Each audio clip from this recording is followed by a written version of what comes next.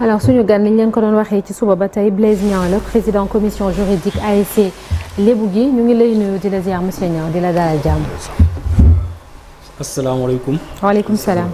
maa ngi leen nuyu ñu toog fii donc di jiital président. waaw suñu kilifa. waaw Malick Thiandoum. ci laa bokk de. waaw effectivement di nuyu aussi Serif notre très cher frère. Pape Fara aussi. maa également ñu nuyu soxna su yanj yi nga xamante moo ñu teeru tey. merci soxna si du nekk mu yow day nelaw rek nii. dama foogoon ni bu xonq bi ngay sol sax booy ñëw quoi. mais tam ñu ngi nuyu vraiment tous les Sénégalais ñuy suivre. ak Rufisque bi nga xam ne foofu la ñuy jógee.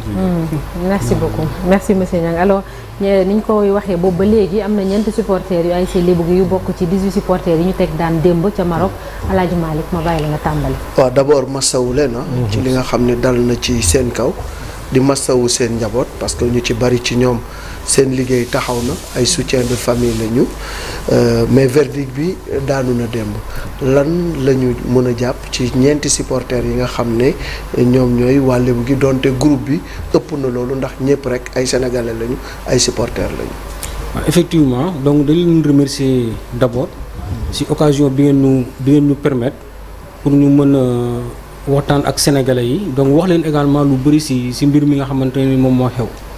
donc depuis comme ñëpp ni ñu ko xamee depuis le 18 janvier 2026 jour final Sénégal ak Maroc jàpp nañ 18 supporters sénégalais ci biir 18 yi am na benn franco-algérien.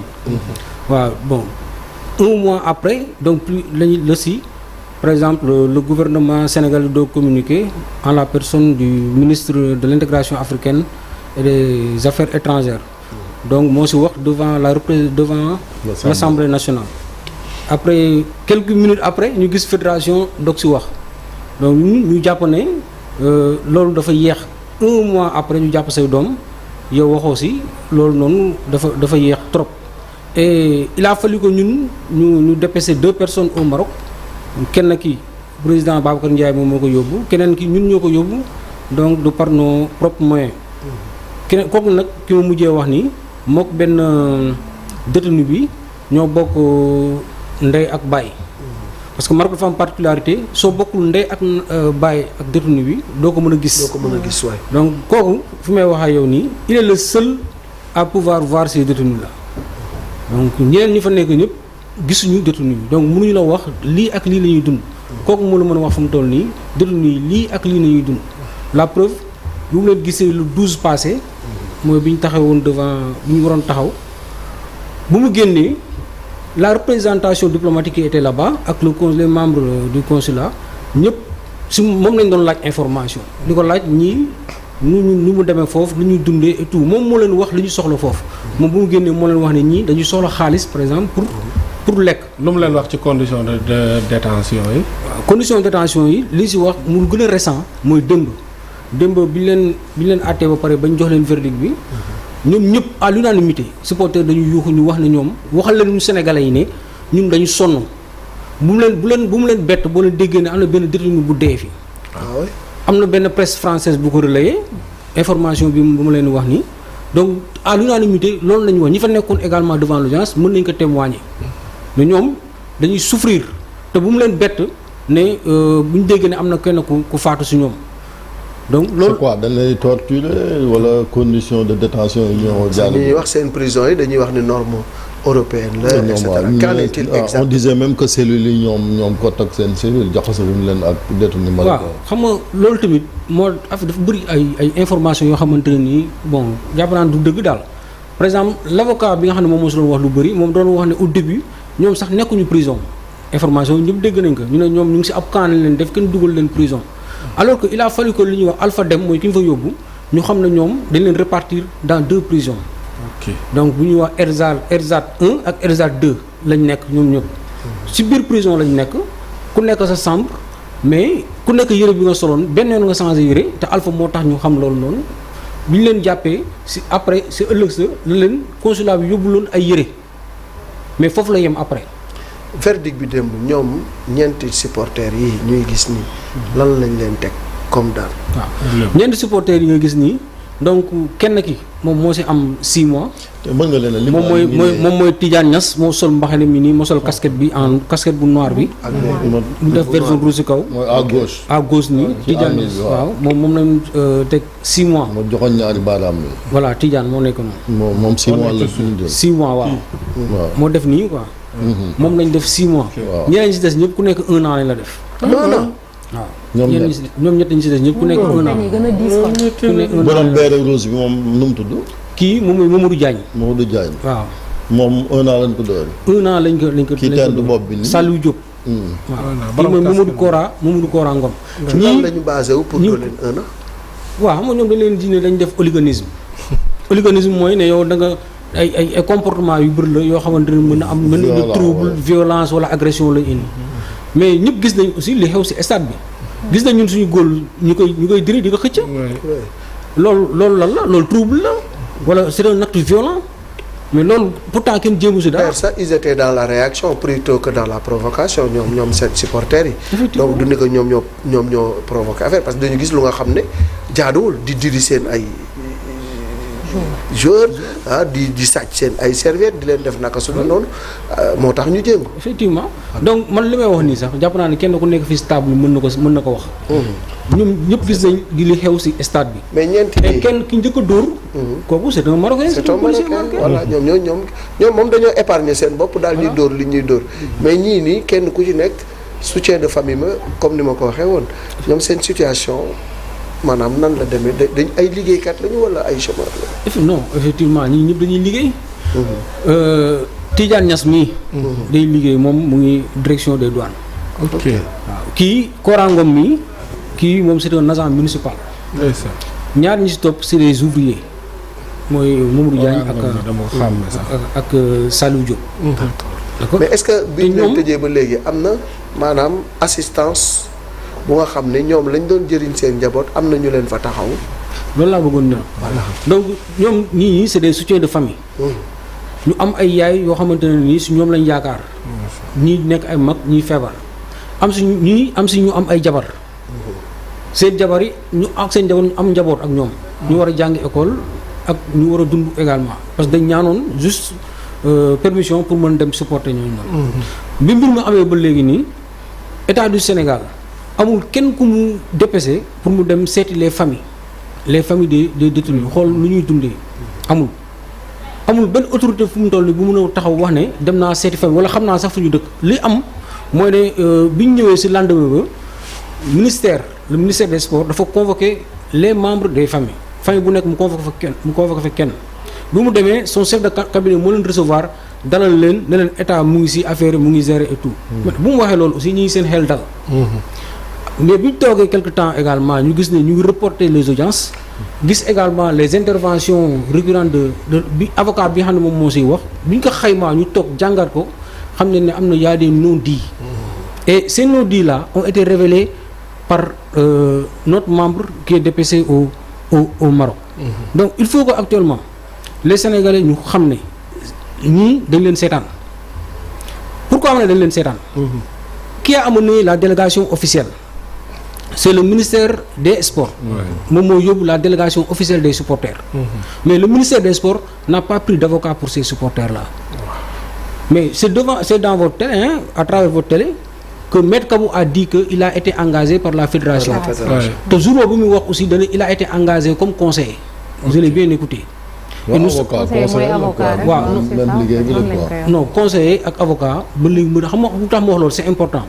Parce que Maître Kabou benn yoon la mas a dem taxaw si ñooñu c'était hier. Hier lay doog a dem taxaw les détenus. Et ils étaient 2. te pourtant wax na également qu'il avait un pool avocat composé de 15 avocats.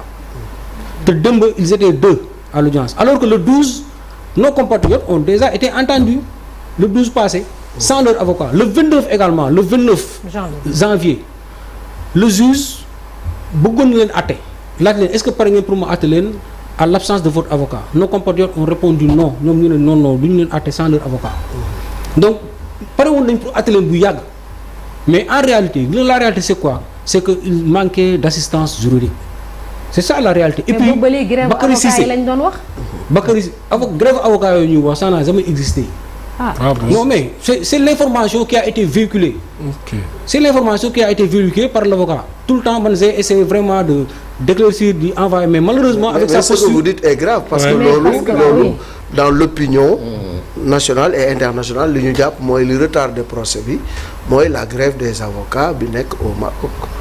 Effectivement et que grève bi am na période bu nga xamante ni jeex na bi mu jeexee la ñu taxaw. Donc est-ce qu'on peut nier ça aussi? Non mais loolu man et sur quelle base nga koy nier? waaw non xam nga tax ma koy nier. waaw xam nga depuis loolu am yow gis nga par exemple le juge marocain moom bëgg na àtte. bëgg na àtte est-ce que par exemple pour mu àtte le 29 sans votre avocat ñoom ñu ne déedéet. mais procès bu ñu am sans avocat aussi bu ñu bëggee un procès équitable. c'est ça parce que grève bi moom lu am parce que la même boo amul avocat li war mooy ñu wutal la avocat. parce que maître am na consœur am boo xam ne marocaine la. kooku mun moo fa ne woon démb. waaw ma ne kooku tant que grève am na mun non man li may wax nii c'est pas pour jéem a sànni xeer maître et tout. mais il faut que également ñu xam ne ñii ils ont manqué d'assistance juridique. xam nga par exemple. oui mais grève bi moom amoon non taxawal rek moo la Serif c'est deux choses qui sont différentes. xam nga tey bu fekkee ne juge bi pare na pour àtte leen yow boo fekkee ne nangu nga ñu àtte la sans ton avocat mën nañ la àtte nga dem mais effectivement li gën mooy ñu àtte la àtte risque péril la. voilà li gën mooy moo tax ñun on leur avait conseillé même ñun bu ñu demee le 12 Alpha da leen wax na leen n'acceptez pas que ñu juge leen sans la présence de votre avocat mais ñoom ñu ne ñoom tey dañu décidé woon bu ñu demee ñu àtte leen sans leur avocat. mais bi ñu demee nag bi ñu demee le juge les a jugés sans la présence de leur avocat le 12. Ah bon? Le 12 oui mu àtte leen ñu déglu leen wax leen démb c'était juste la continuité de la plaidoirie. mooy continuer plaidoirie bi ak wax peine bi moo ci desoon. ak wax peine bi moo ci desoon léegi bu fekkoon ñoom am nañ ko parce que il y a l'avocat un avocat qui a représenté le franco-algérien. kooku rek moo fa nekkoon le 12 donc kenn la moom rek moo fa amoon avocat. luñ ko tëj moom. kooku 3 mois lañ ko tëj. 3 mois avocat yi kon sonal na. non bu ñu amoon des avocats chevronnés. oui en réalité am un pool avocat comme on le disait. sanction yi mën na bañ a am. maintenant loolu c'est sur le plan juridique. mais stade bi aussi dafa amoon ay caméra dans le dossier aussi xëy na xamul lu nekk ci fond dossier bi pour xool ku nekk leen la teg. mais d'autant plus qu'il y avait le problème de langue aussi. voilà ñu wax naan parfois dañuy làkk arabe yoo xam ne ñoom duñ ko dégg. wala aussi ñu ngi doon waxtaan ne dañ leen doon forcer pour bu ñuy téléphoner seen famille wala bu ñu wax ak ñoom ñuy wax français. waaw xam nga loolu tamit information yooyu yëpp yu am la wala. ces informations là c'est nous qui l'avons donné à l'avocat parce que ñun en réalité bi ñu toogee amuñu kenn ku ñu mën a waxal ku ñu saisir doo ñu faale ñu dem waxtaan contacter l'avocat ñu commencé di waxtaan ak moom ñun ñoo ko wax ne que y a un détenu qui a appelé di wax français te kooku ñun li ñuy jaaxal mooy moom jàngul français. muy wax français mu ne non dañ koy forcer mu wax français. automatiquement mu bind publier ne on force maintenant les détenus à parler français. cet avocat information mu doon joxe yu bëri ñun ñoo ko doon jox la preuve déggatoo leen nga mu joxe information parce que par exemple man j'étais en contact direct avec lui mais après j'ai coupé tout contact avec lui mais li ma bëgg a wax lenn la mooy ki nga xamante moom lañu yóbbu foofu muy Maroc muy Alpha. li mu mën am ces informations actuellement foofu kenn mënu ko am en tant que Sénégalais. parce que moom moo nekk en parce que moom moo nekk en contact direct avec les détenus. maintenant le fait est te kooku ay si léegi moom moo ko yóbbu. il assure une mission de service public man pour man dañu war a kooku la ñu war a gën a nekkal. en contact mu nekk point focal ñu waxtaan mettre en contact rentrer en contact avec lui pour ñu mën a xam nan la ñuy mën a pour le moment. nan la ñuy mënee accompagner détenus yi nga xamante ne ñoom ñoo nekk pour le parce que loolu ça urge. mais moom mën na gën a am information que autorité diplomatique yi nekk foofu noonu voilà. mais c'est la réalité parce que pour preuve. jour boobu bu ñu génnee le 12. nee naa la les autorités consulaires ak les autorités diplomatiques Alpha moom moo leen doon informé beneen bi Bakary Cissé moom le chargé de la communication de la fédération. jour boobu il parlait avec assurance le matin au niveau de si benn média doon wax avec assurance mais après le procès mais sa réaction ñun xam nañ ko parce que dafa même avocat bi ñuy wax nii moom après da ko mere donc xam nañ réaction c'est Alpha fu mu toll information yu mën am foofu amul kenn ko mën a am foofu loolu mooy réalité moo tax ma ne la ñii dañ leen seetaan sur le plan juridique déjà sur le plan diplomatique aussi dañ leen seetaan parce que sur le plan diplomatique mënoo am ay détenus sénégalais yoo xam ne ñu ngi nekk Maroc li leen tëj ñëpp xam ko yow mënoo sax nga de temps en temps nga fay dem di xool comment ils vivent. mais ambassadeur man kay def naa consul bi. Seynabou Dial ambassadeur. est-ce que mu ngi fay dem tout le temps c'est ambassadeur. pas tout le temps mais bon de toute façon le procès a lieu. verdict bi daanu na. démb gis nañu réaction bi nga xam ne moom la waa Tëngéej am parce que am nañu lu leen métti am na nu ñu ko manifester maintenant est-ce que waxtaan ngeen ci seen biir pour que dal am ñu jéem a xool nan la ñuy lijjantee li ci topp. merci beaucoup Malick merci beaucoup question am na solo trop effectivement ñun démb on s'est réunis comme à chaque fois bu ñu defee bu ñu taxawee ba pare devant le juge ñun dañuy def une réunion d'urgence démb on s'est réunis et on a appelé au calme parce que aussi c'est vrai que métti na fu mu toll nii dafa métti Sénégalais yëpp. méttiwul ay waa Tëngéej kese. parce que ñun jàpp dëkkuñu Tëngéej kese. démb Sénégalais yi sax xamuñu ndogu. biñ déggee peine yooyu noonu. voilà donc am na ñu génn peut-être manifester seen mécontentement. mais ñun loolu nekkul loo xam ne dañ koy woote. ñun on appelle à l'apaisement. au sens de la responsabilité. parce que jàpp nañ ne ba léegi nii il y a des possibilités pour ce que peine yooyu ñuy wax duñ ko prise parce que xalaatuñu ne sax ne ñooñu dañu tëdd foofu noonu ay 6 mois ay 1 an. ñooñu loolu xalaatuñ ko sax. weer sax waruñu ko fa defal. voilà il y a des possibilités. et je pense que la condamnation là n'est pas encore définitive. parce qu'il y a la possibilité de faire un appel le délai d'appel démb laa dans c'est 10 jours. 10 jours le fait 10 jours mën nañ def appel mais le président de la République également. si la condamnation est définie peut demander grâce auprès du roi. waaw mais bu amee appel du ko mën a moo tax. waaw loolu lépp moo tax appel bi moo tax gars yi di xaarandi. waaw léegi moo tax loolu lépp. il faut que ñu waxtaanee ko c'est-à-dire il faut que également fu mu toll nii.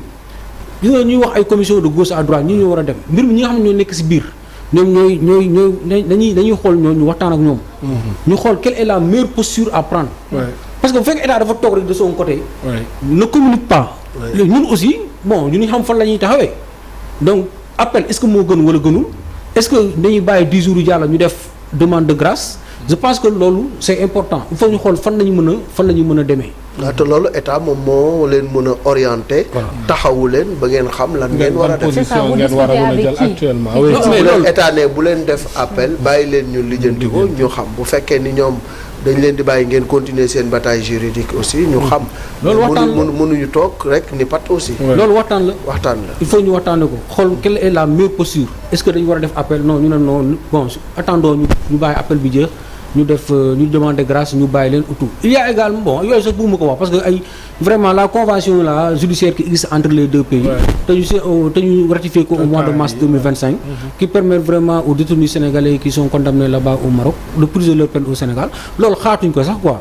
xalaatuñ loolu vraiment mais li ñu bëgg actuellement mooy que ne vraiment que l'État prend en charge là à bras le corps ce dossier. parce que bu ñu waxantee dëgg Sénégalais yooyu nga xamante ñoom lañ jàpp foofu. wax ñu ñuy dëkk Tëngéej kese ñooñu ils ont contribué à la victoire finale. te ñooñu du woon yoon sax ñu ñibbisee leen fi bàyyi pour man la première pression qu'il fallait exercer c'est en fait de refuser de rentrer. ah mais footballeurs yi dañuy football yi en Thiel. non man je ne parle pas des footballeurs je ne parle pas des footballeurs. mais il y a mais comment vous pouvez concevoir que fédération jël avocat d'après lu ñu wax ministère bi yóbbu délégation bi jëlul avocat te boobu ba léegi ministère waxu si. mooy ministère des sports ministère de la jeunesse et des sports boobu ba léegi déggoo ko mu wax mu pipisi moo waxul dara ci mbir mi. ginnaaw bañ leen dalalee famille ba pare amul woon suite li nga doon wax sànq. non bi ñu wax amul benn suite oote ñu kenn ñun sax bu ñu jéem a mettre rentrer en contact avec eux duñ leen mën a te bindal nañ leen nag.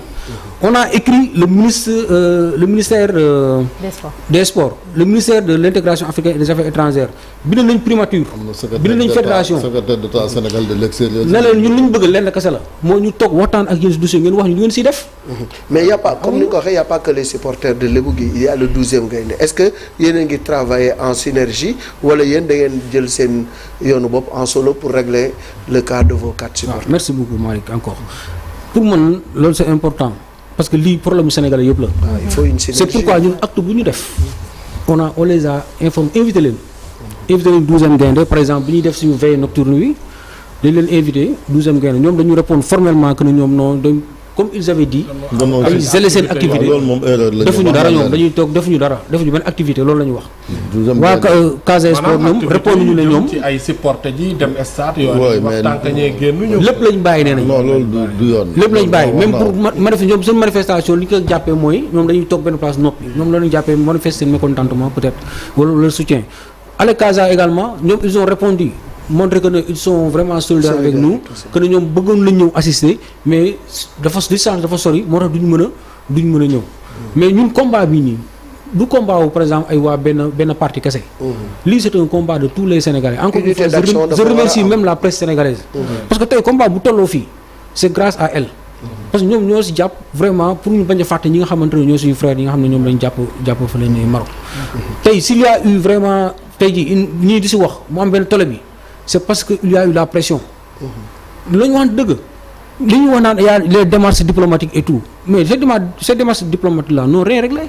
jusque là actuellement en tout cas sur ce dossier là ces démarches n'ont rien réglé. ce verdict bi wane na ko alors léegi dafa am lu nga xam ne moom la ñu wax sur le plan diplomatique am na taxawaay bu ci état wu Sénégal war a am mais l'accompagnement social aussi bu ñu ko fàttee parce que comme je l'ai dit ñii ay soutien de famille la ñu ñenn ñi ay borom kër lañu ñenn ñi dañu am seen liggéey dem pour la nation sénégalaise war nañu toppatoo supporter bu ne ban kër nga dëkk ñu jàppale leen même bu nekkee dans la discrétion ñu def ko mu bañ a nekk lu nga xam ne sax day am tapage mais l'assistance sociale est nécessaire. ajouté que bi ñu ñëwee bi ñu gagné au-delà récompense yi ñu jox footballkat yi. waaw délégation yi muy fédération beeg. jotaguñ dara ministère des sports. dégg naa jotaguñ dara am na journal bu ko bind.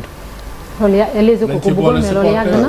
xaalis bi génn ba tey. waaw nee nañ un mois après jotaguñ dara am na journal bu ma. foofu sax li ma si bëggoon wax mooy ne effectivement Malick vous avez très raison yéen ñi ñëpp l'accompagnement social est fondamental. yéen gis ngeen ne biñ ñëwee ñibbisi biñ ñëwee si ëllëg sa dañ teeru jour yi palais biñ leen teeroo gis ngeen ñu primé ñëpp déjà bàyyi supporters yi déjà loolu ce qui était anormal pour moi déjà loolu c'est anormal parce que supporters yi nga xamante ne ñoo demoon gunge leen également. même ci distinction yi quoi mooy ordre yi les supporters ñoom pour man dañ leen waroon distinguer dañ leen waroon primer déjà foofu. seen président wala seen benn. foofu déjà foofu parce que ñëpp gis nañ seen taxawaay. te supporter yombul nee naa da ngay pour yenn match par exemple yenn match Sénégal 6 matchs yëpp da ngay fecc di woy pendant 90 minutes. di yuuxu. après final bi plus de 120 minutes. avec risque yi nekkoon foofu yëpp. moom laa bëggoon ñu pare pour ñu lu ne mënoon na xew lu ne mënoon na xew. parce que on était une minorité. très bien mënoon na am sax moo doom. kenn ñaan léegi imaginer yow tey ñu ñëw ñu primé ñëpp bàyyi ñooñu ba pare pire encore ñu ñëw di wërale coupe bi ci dëkk bi te xam ne bàyyi nañ fa ñoo xamante ñoom ñu leen yóbbu ñu coupe bi di dem fu ne sénégalais naa leen non tal leen xale yi. bàyyi leen li ngeen di def coupe bi tal leen ñii kenn waxu ci kenn jéemu ci def dara. tey jii nii également comme Malick laa di amul kenn koo xamante ne dem na déplacé wu. xam sax mu def benn xayma quoi xool famille ñoom fa lañ dëkkee. identifier leen parce que ce qui am na loo xamante ne mu ngi xaw si suuf te ñu ngi sentiruñu ko ñun kenn ñaanul yàlla affaire bi àgg fenn fi. mais Sénégal parfois ni ñuy gérer problème ces problèmes là day poser problème. parce que imagine tey li nga boobu même à travers les réseaux sociaux da ngay gis Sénégal di wax yenn wax yi loolu bu mu nga sax répété fii nii bu ñu ñaan yàlla ñu àgg foofu. c'est pourquoi dès à présent essayons de contenir ces frustrations. c'est ça nañ ko jéem a contenir frustration yi. te il y a des manières de les contenir. ñi nga xam ne ñoo fi jiitu xam nañ ni ñuy contenir manifestation yi. seulement nañ fulaal problème bi. ba pare famille yi aussi ñu seeti leen ñun à notre niveau dem nañ seeti famille yi. apporter leen un réconfort psychologique. surtout dem di waxtaan ak ñoom nous sommes en contact permanent avec les membres des familles. 18 personnes yomb na jël en charge. c'est-à-dire état bi warul woon toog sax ba ñu toog 1 mois te demuñu nemmeeku famille yi wala ñu convoqué leen fenn ni leen en attendant seen doom yi ñëw defal leen wax leen dalal seen xel am loo leen jàppale sur le plan social parce que comme je l'ai dit am na ci ñu nga xam ne ils risquent de perdre leur emploi parce que bitim réew la ñu nekk ñëw joindre ci kii bi ak ñi nga xam ne Sénégal lañ nekkoon yor seen liggéey mën nañu ñàkk seen liggéey yooyu yëpp dafa am un dossier à gérer vraiment avec beaucoup de rigueur beaucoup de tact et puis aussi et beaucoup d'humanisme. man daal loolu laay plaider pour que déjà sur le plan diplomatique qu'il y ait vraiment un déploiement de l'État du Sénégal pour ñu assister leen fexe ba ñu ñibbisi le président Macky Sall ma fa nekk ak relation yi mu am tamit sénégalais la mën na jouer xëy na mission de bons offices pour jàppale leen moom tamit ñu ngi ko ci woo. Mal dafa am ñun fal. waaw waaw déedéet non lii moom dépassé na affaire non dépassé wu leen de non. déedéet dama ni Chérif non dama ni ñi ñu fal. non j'ai dit deux choses. Chérif déglu mu baax dama ni état bi. li leen war nañu ko def. président Macky Sall bu ci mënee dara na ko def jëlee nañ ko fi dem na dafa am kon. déedéet bu ñu ko fi jëlee mu dem tamit am na relation yu mu am Chérif. relation yu Macky Sall am mënut a ëpp yu Diomaye am. ndax moo yor Sénégal non dama ne le président de la République. parce que si la Maroc doon Macky Sall maandu ci ba. non bu ci mënee dara na ko def. mais am na ku non Macky Sall non dama ni ñii. seen obligation la ñu def ko. moom lan war a def j'espère que dañ ko war a def te ñi dinañ ko def mais bu fekkee ni Macky Sall mën na ci dara na ko ci def. en fait si le Maroc doit gérer ses intérêts par exemple. du Macky Sall lay waxal président Bassirou Diomaye Faye lay wax. te après lii ça voilà ça va même au-delà de cette histoire là. en fait loolu la c'est ça la réalité. xam naa ne c'est vrai que li nga wax mooy ku ci nekk lu mu ci mën na ko def. état même kilifa diine yi sax xam nga ñu ngi ciy jéem ngam. du ñu ngi wax diplomatie religieuse. pourquoi ñuy woo religieux yi nañu ko bàyyi ak état bi kon. donc ça veut dire que la diplomatie religieuse am na lu mu ci mën a jouer les relations personnelles que le président a mën na ko utiliser parce que mbiru sénégalais la man foofu laay waxee mais l'état en priorité moom la incombé mu régler problème bi mais ku ci mën dara na ko def c'est sûr ko ci def xëy na ci suuf nga koy def mais état bi nga ci suuf kañ moo tax intérêt relation entre les deux pays bu dee li naan diplomatie bi moom moo ko c'est lui qui doit le faire parce que il est élu pour ça c'est son travail moo war koo def donc mais Blaise oui on termine waaw buñ génne ci li nag ñaan nañ ko yàlla gars yi génn amiin mais buñ paree ci yéen est-ce que war leen a waxtaanaat seen biir aussi ci formation supporters yi ci comportement yi ñu war a am ci stade bi ngir di bañ a amati quel que soit tension ak match bu mën a am aussi warut ay supporters ñuy envoyer ay pelouse. waaw merci beaucoup Chérif defe naa ne Malick dañ match Sénégal fii stade Abdoulaye Wade on était ensemble. waaw man mujj naa sol lu xonq. waaw effectivement man boobu man j'avais pas l'habitude d'aller au stade di ànd ak supporter mais jour boobu j'étais au stade la moo tax ma demoon stade c'est dans le cadre de l'organisation ñun on s'est très bien organisé. gis nga ñi nga xamante ne ñoom ñoo dem jour boobu ñun dañ demoon na en tant que responsable pour accompagner les gens pour vérifier certaines choses. parce que doon dégg yenn affaire bi. xool ndax maa ngi doon wax ak ñoom. effectivement yow yaa ngi foofu dugg. dem ba ci ñoom ma wax ak ñoom ni leen ay lébu ngeen. da ngeen a weex donc na ngeen fexe ba bu leen fi def dara. effectivement bi ñu taxawee ci kaw chaise yi man leen wàcc leen chaise yi. bu leen fi damm chaise bu leen def dara. loolu mën naa ko seede. waaw parce que bi nga koy wax boobu bi nga koy wax maa ngi taxaw. voilà donc loolu li ma bëgg a wax ci loolu rek lenn la. mooy ne l'ASC Lebougui ses supporters ñu wax les lions rouges ñu leen tuddee les lions rouges. ñoom ils sont très bien organisés boo xoolee fii ñoom ñu ngi sol seen blouson yi ñu ñoo ci bokk. la délégation est constituée de 45 membres. plus les 10 que ñi nga xam ñoom lañ ci yokk ñu dem ñu 55 ñii boo leen xamoon c'est des gens très responsables gis nga keroog li daal ñooñu man peut-être su ma nekkoon stade mën na ma dal. yow mi boo nekkoon stade mën na la daal keroog boo nekkoon stade. bu ma fa nekkoon ñu jàpp. parce que gis nga Chérif bu ñu naree toucher sa orgueil wala sa dignité keroog ban Sénégalais moo ñemee taxaw ne bi ñu tiré pénal bi sifflé pénalty bi par exemple moom il était zen tranquille voilà ñun nañu bàyyi ñu kii.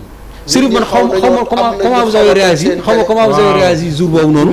mais xam naa ñi ma ko wax biir télé dugg ci télé yi nit ñi xaw nañoo toj télé yi. très bien ku nekk da nga mer ñi nga xam ne dañ doon dund en direct match bi donc ñoom ils ont eu une réaction. ak staff yi ñu ngi koy gérer quoi. non mais ñii c'est eux qui ont influencé le staff et les joueurs Chérif. gis nga ñii bu fekkoon dañ toog parce que joueurs à un certain moment ñii nañ xool gis ngeen sax benn moment partie ñëw si ñoom. les joueurs sont très fiers d'eux je pense. et je pense que les Sénégalais également sont très fiers d'eux maintenant li nga wax noonu tamit dëgg la gis nga ñaax du doy. non c'est ça. gis nga bu ñu ñibbisee bu ñu réglé problème bi non bu ñu réglé problème ba mu jeex. ba ñuy ñëw incha allah ñu waxtaan ñu def fóotum biir ñu waxtaan ñun suñu biir ñun ñëpp Sénégalais yëpp. waaw mais fu mu toll nii mais li ma bëggoon wax mooy ne ñun Malick tooguñu. dañuy lancé nañ benn cagnotte suba lay démarrer incha allah. donc pour les familles de détenus si penc mi lañ koy def. donc képp koo xam ne yow am nga dara 1000 francs nga ñëw teg. ñu dem jàppale les familles des détenus parce que ñun xam nañ li ñuy dund. vendredi également prochain. dañ def benn marche pacifique nationale.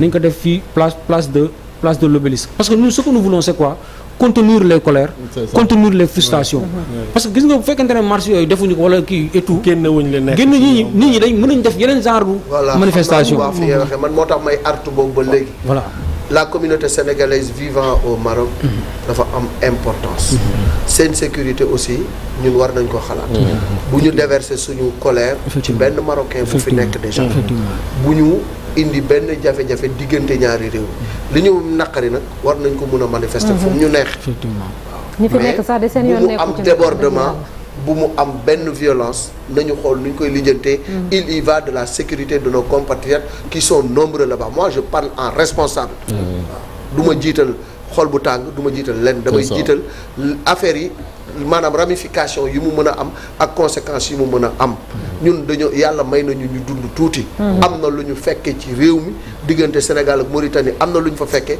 te bëgguñu lu mel noonu amati donc moo tax bu ñuy artu c'est en connaissance de cause nañu xalaat bu baax yëf yi buñ ci demee ak xol te demuñu ci ak xel yan conséquences la mën a jur ku ci mën a jàpp na ci jàpp État du Sénégal c'est clair que ñoo yor seen cëggal guy ñoo ko war a régler nañ ko régler nañu assister socialement 18 yëpp seen famille ñu jàppale leen ba pare sur le plan juridique ñu xool nu ñu koy régler ak sur le plan diplomatique la diplomatie religieuse doit être en branle ku nga xam ne am nga relation personnelle boo mën a utiliser ko parce que le plus important ce qui nous incombe ñun ñëpp mooy xale yi ñibbisi ci seen wetu famille inchallah te loolu war nañ ci xar suñu tànk merci beaucoup jërëjëf merci Alaaji Malick merci beaucoup monsieur Blaise Niang dinañ tàggatoo léegi vous allez parler ci kanam tuuti balaa ñuy jóg yëkkati jotaay bi ñu dem xooli ji l'Observateur ak Record li ñu xëyee